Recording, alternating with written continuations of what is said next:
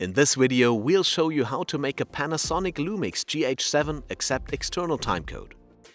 Turn on all your Lockit devices. Choose one of them to be the master clock.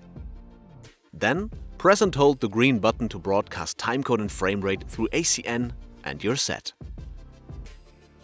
Make sure all cameras and Lockits run on the same frame rate.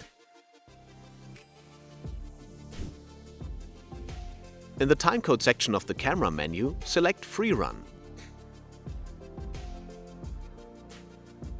And in the external TC setting, select TC In as you want to feed in timecode. For this camera model, you need an LTC-Out-FS cable. Connect it to the flash Syncro port. Now the camera accepts the external timecode source, indicated by the inverted TC symbol.